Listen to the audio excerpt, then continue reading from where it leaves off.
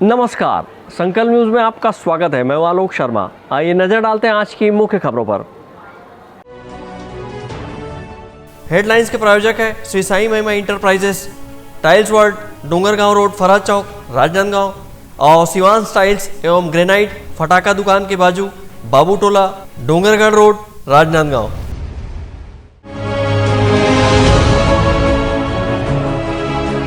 महिलाओं के लिए रेलवे की नई पहल।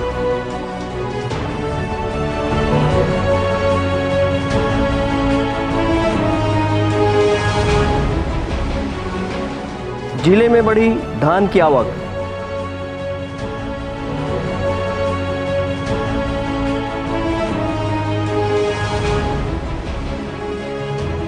कई खरीदी केंद्रों में धान हो रहे जाम।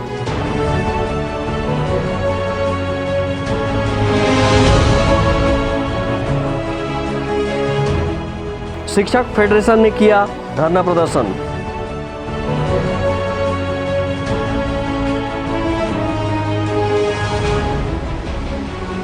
और लोक अदालत का हुआ आयोजन।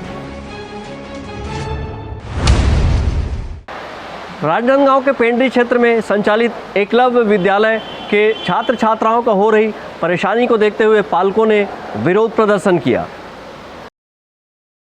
राजनांदगांव जिले के पेंड्री क्षेत्र में संचालित एकलव्य आदर्श आवासीय विद्यालय में आदिवासी क्षेत्र के छात्र छात्राएं अध्ययनरत हैं। यहां आवासीय विद्यालय निर्माण से ही कई समस्या व्याप्त है, जिसका अब तक समाधान नहीं किया गया है। बीते दिनों पालक समिति के गठन के बाद यहां की समस्याएं सामने आई थी और पालक संघ ने 10 दिसंबर तक का अल्टीमेटम देकर खामियों को दूर कर व्यवस्था सुनिश्चित करने की मांग की थी, लेकिन समस्या बरकरार रहने के बाद मोहला, मानपुर सहित जिले भर के आदिवासी क्षेत्रों से आए पालकों ने आज आवासीय विद्यालय के सामने बैठकर धरना प्रदर्शन किया। इस दौरान पालक समिति के अध्यक्ष रमेश हिडामे ने कहा कि उनके बच्चे आदिवासी हैं और रूखा सूखा खाकर भी जीवन यापन कर सकते हैं, लेकिन शिक्षा में समझौता बर्दाश्त नहीं किया जाएगा। रमेश हिडामे ने कहा कि बेहतर शिक्षा इन बच्चों का अधिकार है जो उन्हें मिलना ही चाहिए। अभी यहाँ जो प्रचार के माध्यम से जवाब मिलत रही से संतुष्टिदायक नहीं है। पानी जैसे विषय भी 100% हल नहीं हो है और ओकर अलावा तो शिक्षा कहान ना और आपके सुरक्षा कहान जस के तस पड़े हुए है। और का समस्या आते बच्चा मला कोचिंग क्लास नहीं लगा थे, कंप्यूटर क्लास नहीं लगा थे, CBSE पैटर्न के यहाँ शिक्षक नहीं हैं। जिन शिक्षक हैं CBSE के विषय ला पढ़ा नहीं पाते हैं। लड़का मन तकलीफ दे है, अभी मास्टर ही नहीं है।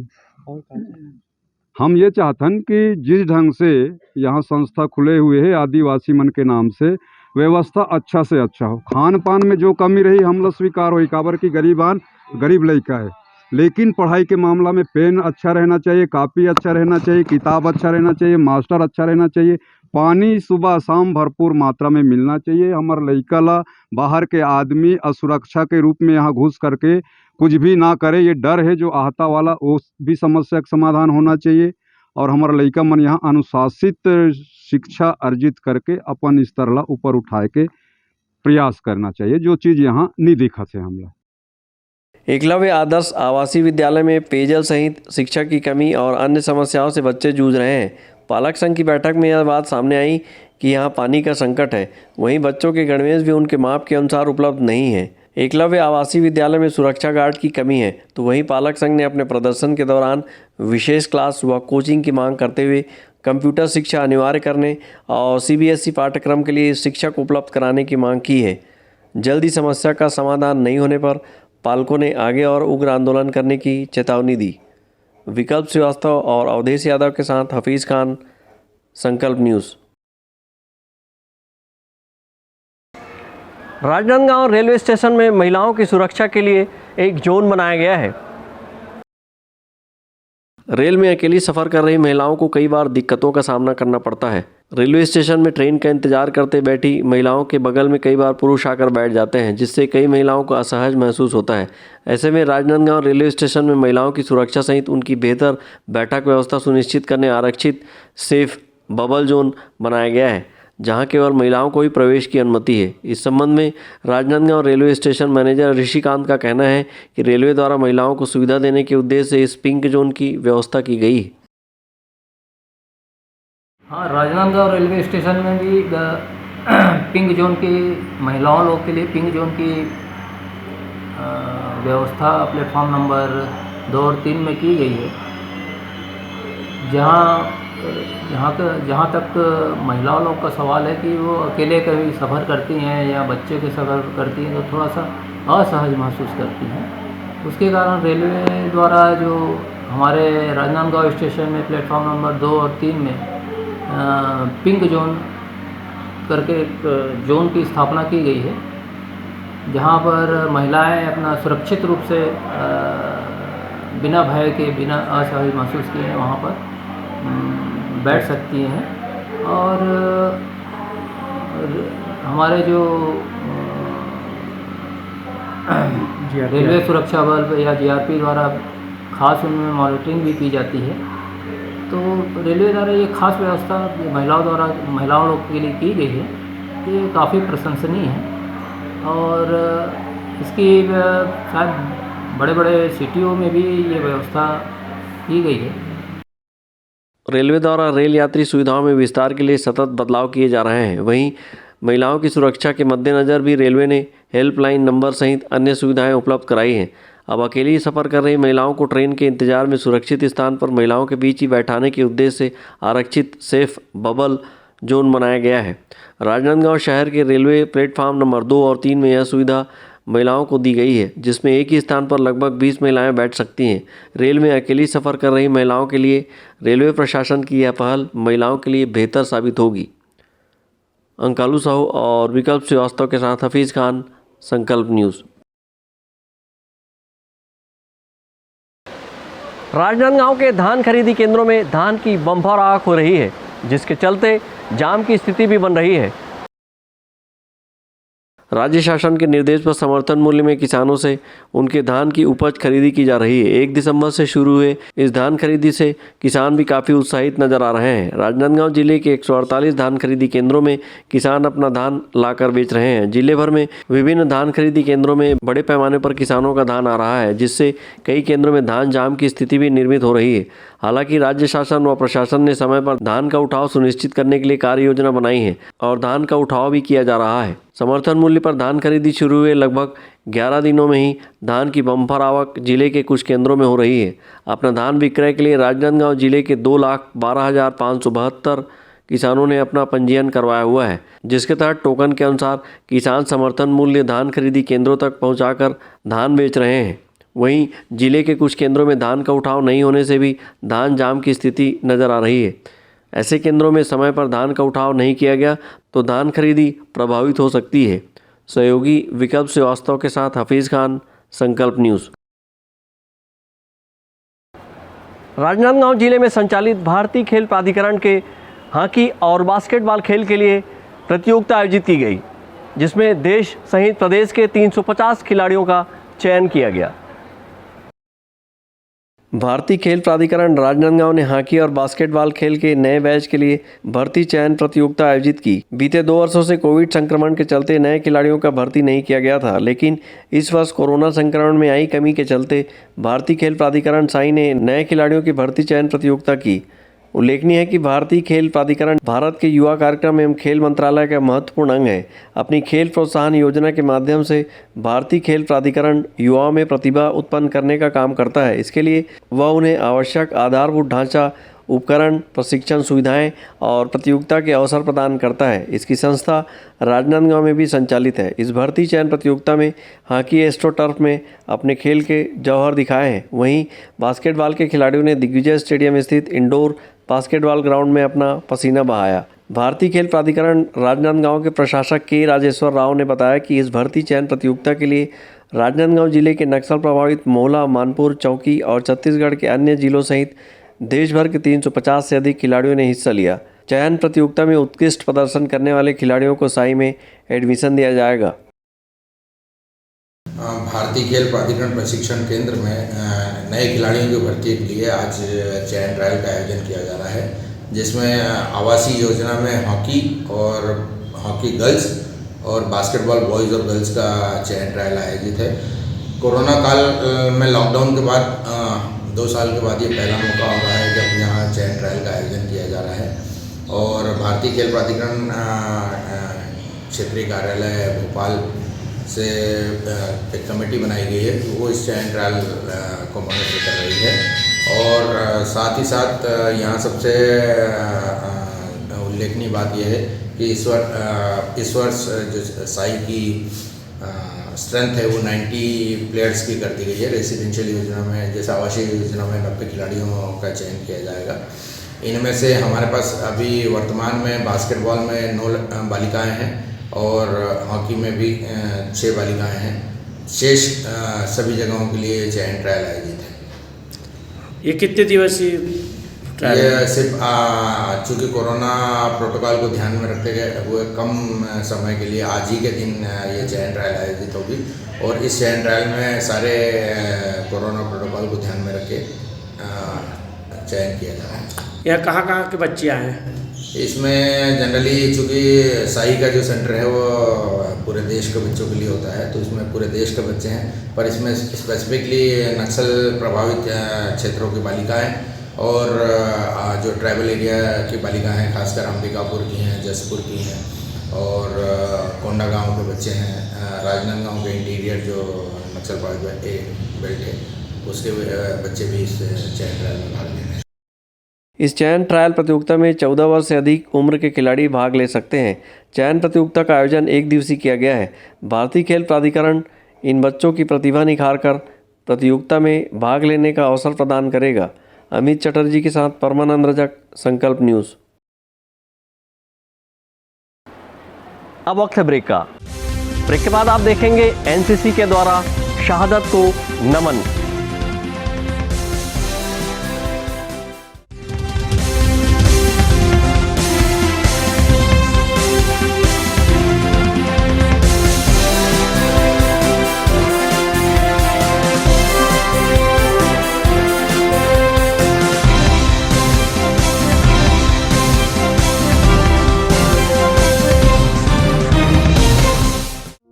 आपके अपने शिवांश टाइल्स के सफलतम तीसरे वर्ष में प्रवेश के अवसर पर सभी सम्मानीय उपभोक्ताओं का आभार। आपके सपने के आशियाने को साकार करता शिवांश टाइल्स एवं ग्रेनाइट टाइल्स, ग्रेनाइट एवं मार्बल का mega showroom Johnson, AGL, Kajaria जैसे सभी नामी कंपनियों के अधिकृत विक्रेता। टाइल्स, मार्बल एवं सैनिटरी वेयर्स की विशाल रेंज सबसे कम कीमत पर। हमारे यहाँ नल फिटिंग और पाइप फिटिंग की सुविधा उपलब्ध है। आप सभी के प्यार और सहयोग से सफलतम तीसरे वर्ष में अग्रसर शिवांश टाइल्स एवं ग्रेनाइट, शहर से मात्र 2 किलोमीटर दूर, नवागांव बाबूटोला फटाका दुकान के बाजू, डोंगरगढ़ रोड, राजनांदगांव। अपने घर, ऑफिस और शोरूम को दीजिए नया लुक हमारे साथ Shri Sai Mahima enterprises tiles world. Flooring, tiling और सैनिटरी वेयर का नवीनतम शोरूम, मन भावन और दिल को छू लेने वाली टाइल्स का एक्सक्लूसिव कलेक्शन, सभी ब्रांडेड कंपनियों के granite, Italian marble, designer tiles, wooden flooring के साथ ढेरों स्टाइलिश प्रोडक्ट्स, किचन सिंक और बाथरूम एक्सेसरीज की विशाल रेंज अब आपकी पहुंच में। Shri Sai Mahima enterprises tiles world and फटाका मॉल, फरहद चौक, डोंगरगांव रोड, राजनांदगांव। कॉल 9009757412 और 9993457412। आपके सही फर्नीचर का पूरा ध्यान रखता है महावीर फर्नीचर्स। सभी प्रकार के पलंग, दीवान, फोल्डिंग पलंग, luxury sofa set, bedroom set से लेकर सभी प्रकार के office furniture, revolving chair, TV unit सहित डाइनिंग व ड्रेसिंग टेबल का भरपूर स्टॉक एक ही छत के नीचे। ऑटोमेटिक मशीन से निर्मित स्टील अलमारी, ब्रांडेड कंपनियों के गद्दे व furniture, branded plastic chair, centre table, study table, folding सीढ़ी, सभी सामान थोक व चिल्लर भाव में। आपके जगह व साइज अनुसार सभी फर्नीचर ऑर्डर से भी बनाया जाता है। TV, fridge, window plus plastic cooler जैसे इलेक्ट्रॉनिक सामानों का ऑर्डर लिया जाता है। स्टील से संबंधित सभी कार्य किए जाते हैं। शादी सीजन के लिए कम कीमत पर आकर्षक पैकेज उपलब्ध है। हमारे यहाँ सोफा सेट्स व रिवॉल्विंग चेयर रिपेयरिंग किया जाता है। आज ही आए Mahavir furnitures, stadium road, Gandhinagar, Mahamaya Chowk के पहले, राजनांदगांव।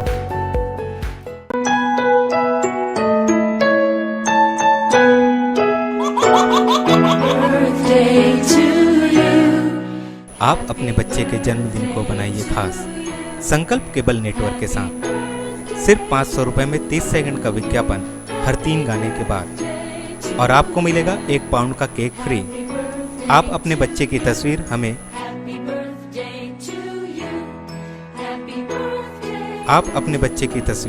हमें व्हाट्सएप के इन नंबरों पर भेज सकते हैं।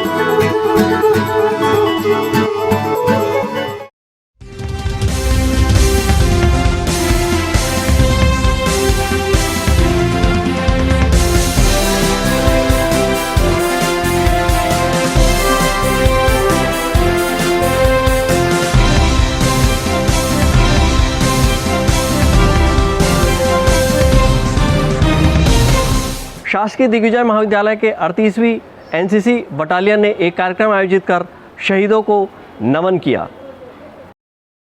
तमिलनाडु के कुन्नूर में सेना के हेलीकॉप्टर क्रैश में भारत के सीडीएस जनरल विपिन रावत, उनकी पत्नी श्रीमती मधुलिका रावत एवं सेना के बहादुर अधिकारी और जवान शहीद हो गए।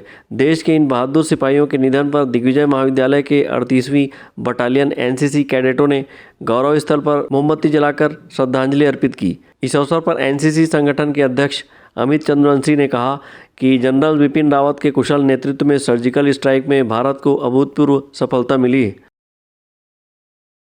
आज यहाँ गौरव स्थल पर भारत के chief of defence staff Shri स्वर्गीय विपिन रावत जी का जो आकस्मिक निधन हुआ है हेलीकॉप्टर दुर्घटना में, उस संबंध में आज हमारे कैडेट क्लब ने, जो एनसीसी पूर्व कैडेटों की संस्था है, हमने गौरव स्थल पर श्रद्धांजलि दी है।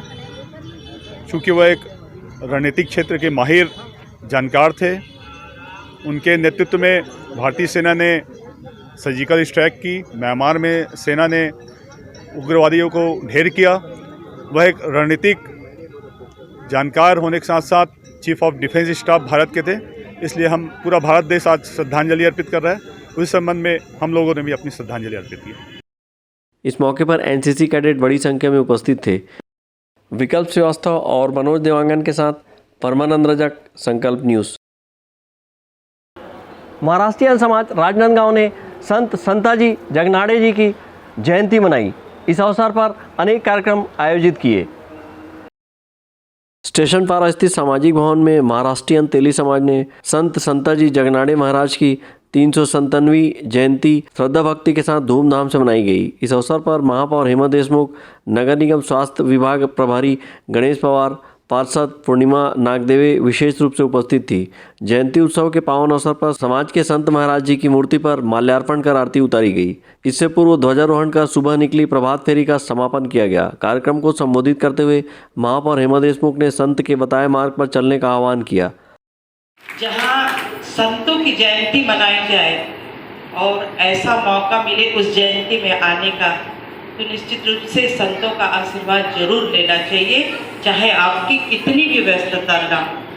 तो इस व्यस्तता के बाद मुझे लगा कि नहीं, एक तो सारा परिवार मेरा है, ऊपर से हमारे संत जगनाड़े जी की जयंती है, तो जरूर यहाँ पे उपस्थित होना चाहिए।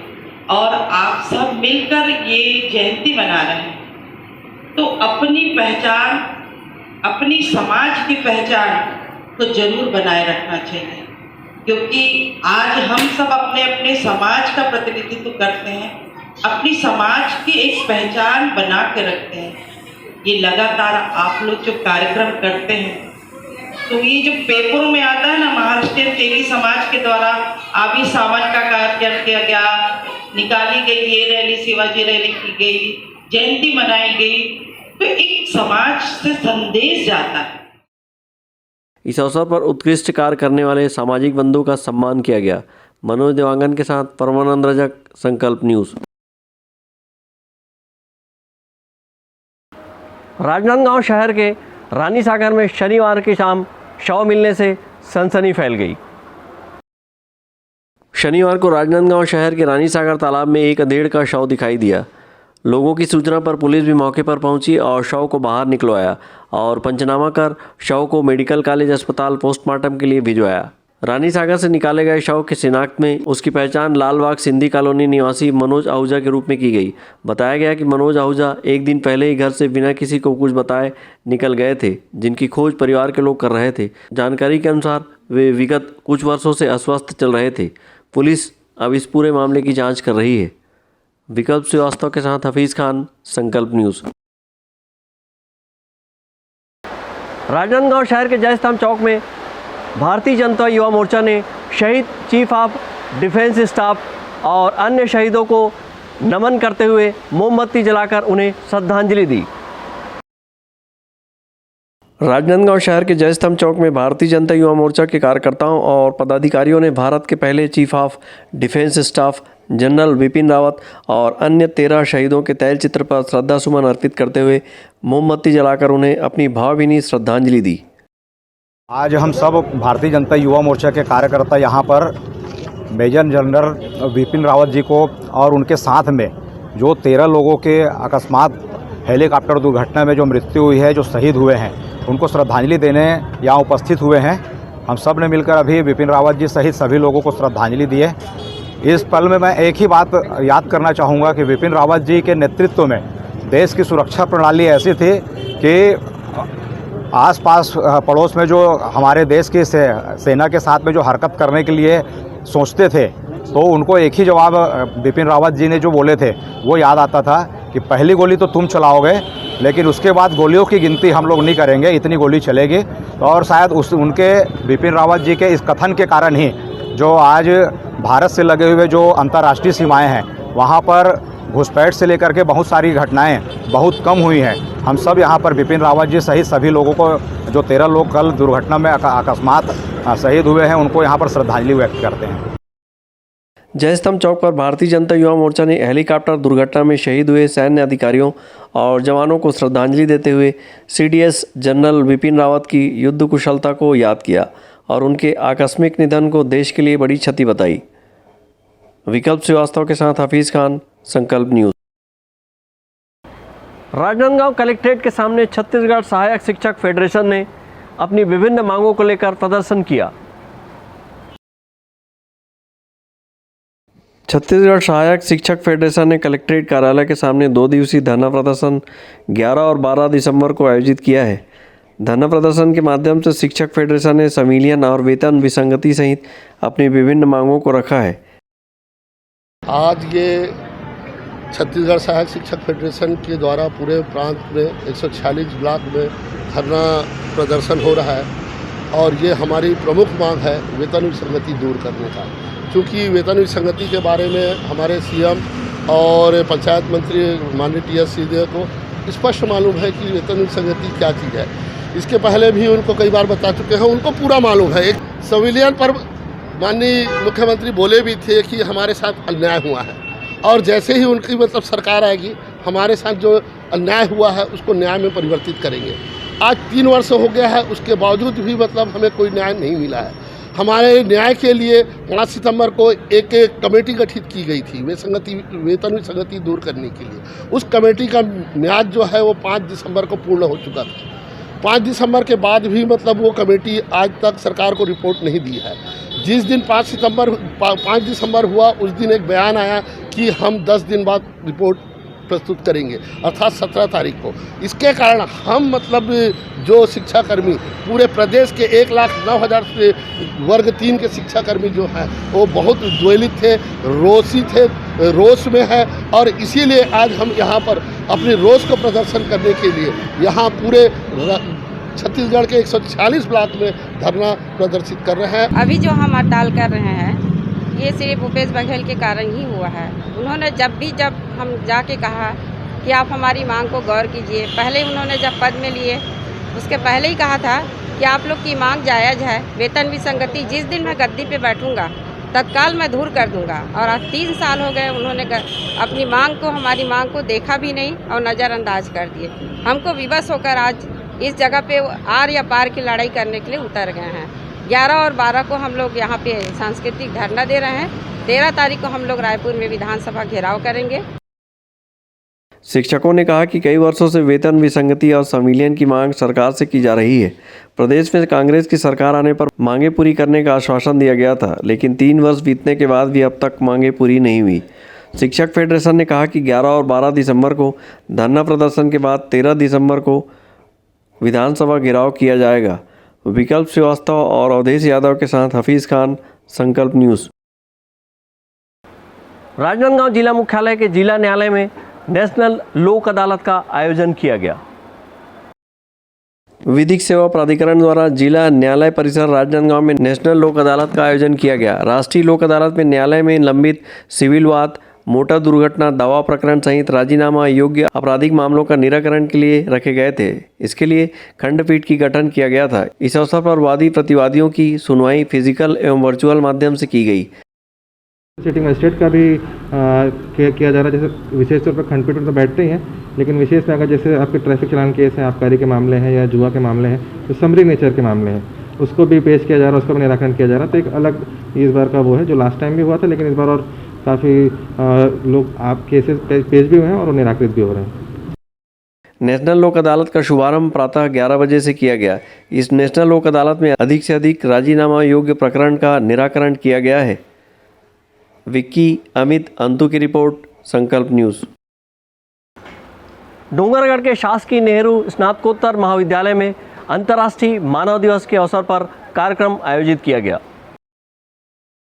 डोंगरगढ़ के शासकीय नेहरू महाविद्यालय और जनसंवाद फाउंडेशन के संयुक्त तत्वाधान में अंतर्राष्ट्रीय मानव अधिकार दिवस के मौके पर एक कार्यक्रम आयोजित किया गया। इस मौके पर वक्ताओं ने कहा कि स्वतंत्रता, समानता और सम्मान का अधिकार ही मानव अधिकार है। शासकीय नेहरू महाविद्यालय के पूर्व राष्ट्रपति APJ अब्दुल कलाम सभागृह में आयोजित इस कार्यक्रम में राजगामी संपदा न्यास के अध्यक्ष विवेक वासनिक विशेष रूप से उपस्थित थे। कार्यक्रम का शुभारंभ मां सरस्वती के तैलचित्र पर माल्यार्पण और दीप प्रज्वलित कर किया गया। कार्यक्रम को संबोधित करते हुए राजगामी संपदा न्यास के अध्यक्ष विवेक वासनिक ने कहा कि विभिन्न भाषाओं व धर्म, जाति, पंथ में बटे होने के बावजूद संविधान हमें एक सूत्र में एकता के साथ बांधे हुए हैं। उन्होंने कहा कि समाज में गरीब शोषित वर्ग के उत्थान के आधार स्तंभ मानव अधिकार है और अधिकारों के संरक्षण एवं संवर्धन के लिए जन भागीदारी की आवश्यकता है। कि मानव अधिकार के लिए छत्तीसगढ़ बहुत पहले से जागरूक रहा है और गुरु घासीदास जिन्होंने कहा, बाबा घासीदास ने, कि मनखे मनखे एक समान। आज इस अंतर्राष्ट्रीय मानव अधिकार दिवस का मतलब ही यही है कि सब मनखे मनखे एक समान। अगर मैं आपको बताना चाहता हूं कि मानव अधिकार दिवस का दंश मानव को जो अधिकार नहीं दिए गए, उनका हर ताकतवर व्यक्ति अपने से छोटे आदमी को दबाता है। ऐसे में दुनिया चल नहीं पाएगी। हर ताकतवर आदमी, हर पैसे वाला आदमी, हर अप्रोच वाला आदमी अपने से कमजोर आदमी को दबाता है। अगर कोई ऐसा करता है तो ये उसके मानव अधिकार का उल्लंघन होता है उस कमजोर आदमी के। तो उस कमजोर आदमी को ताकत देने के लिए अगर हम मानव अधिकार की बात करते हैं तो डॉक्टर बाबा साहब अम्बेडकर को हम भूल नहीं सकते। अंतर्राष्ट्रीय मानव अधिकार दिवस के मौके पर अन्य वक्ताओं ने अपने अपने विचार रखते हुए कहा कि कानून के द्वारा लाभदायक परिस्थिति ही अधिकार है, जो भारत के संविधान में प्रत्येक नागरिकों को उनकी स्वतंत्रता, समानता, धार्मिक स्वतंत्रता को प्रदत्त करती है। और मानव अधिकार दिवस आम जीवन का अधिकार और विभिन्न अधिकार तो मिले हुए हैं। और खासकर जो लोग परेशान होते हैं, प्रभावित होते हैं, अपने अधिकारों को मामले में नहीं जानते हैं, उनको शिक्षित और जागरूक करने के लिए मानव अधिकार कैबिनेट किया जाता है। बहुत से मामले ऐसे आते हैं जिससे अधिकारों की बात करूँगा तो छत्तीसगढ़ सुरक्षा कानून, अन्य कानून के बहुत सारे मद्दे हैं और 14 स्तंभ कहा जाता है। लेकिन इनके साथ बहुत सारे मामलों में रिपोर्टिंग करते समय बहुत सारी दिक्कत आती है, समस्याएं, जिसके लिए प्रशासन शासन को उनको संरक्षण करना है, पर वो हो नहीं पाता। नगर के doctor APJ Abdul Kalam seminar hall में आज 10 दिसंबर 2021 को अंतर्राष्ट्रीय मानव दिवस के अवसर पर मानव अधिकार दिवस का आयोजन यहाँ किया गया है। इस कार्यक्रम को हमें जो सफल बनाने में जिनका सहयोग रहा, जन सम्मान फाउंडेशन के प्रमुख हमारे बीच उपस्थित हुए। इस कार्यक्रम का मुख्य उद्देश्य था कि जो हमारे छात्र छात्राओं को और हमें जो मानव अधिकार के बारे में पता नहीं था, हम अपने छात्र छात्राओं को बताना चाहते थे इस कार्यक्रम के माध्यम से कि आप अपने अधिकार को समझिए, अपने अधिकार को जानिए। संविधान में ऐसी व्यवस्था की गई कि आप अपने संविधान के तहत अपने अधिकार को जानिए। दिवस मनाने का मकसद है कि नागरिकों को सामाजिक, सांस्कृतिक और शारीरिक अधिकारों के प्रति जागरूक करना, मानव के बीच समान अधिकार पैदा हो, यह प्रयास विश्व मानव अधिकार दिवस मनाने का है, ताकि असमानता, बहिष्कार, तिरस्कार, अपमान, शोषण और भेदभाव जैसी घटनाएं निरंतर हमें देखने सुनने को मिलती है। यह इसलिए अधिक हो रहा है कि हमारे नागरिकों को अपने अधिकारों का ज्ञान नहीं है, जानकारी नहीं है। शासकीय महाविद्यालय में इसका कार्यक्रम रखा गया, जिस कार्यक्रम के माध्यम से हम सभी छात्रों को मूलभूत आवश्यकताएं जैसे कई ऐसे अधिकारियों के बारे में जानकारी प्राप्त हुई। इसमें से एक जानकारी मुझे इसमें प्रश्नोत्तरी के दौरान मुझे प्राप्त हुआ। संपत्ति का, पैतृक संपत्ति का अधिकार व महिलाओं का अधिकार और भाइयों का अधिकार। आज हमने मानवाधिकार को जाना और क्या क्या अधिकार है ये हमको अतिथिगण आए थे, उनके माध्यम से जानकारी प्राप्त। इस अवसर पर बड़ी संख्या में महाविद्यालयीन छात्र छात्राएं उपस्थित थे। डोंगरगढ़ से सोन कुमार सिन्हा की रिपोर्ट, संकल्प न्यूज़। आज की खबरों में बस इतना ही। हमें दीजिए इजाज़त। नमस्कार।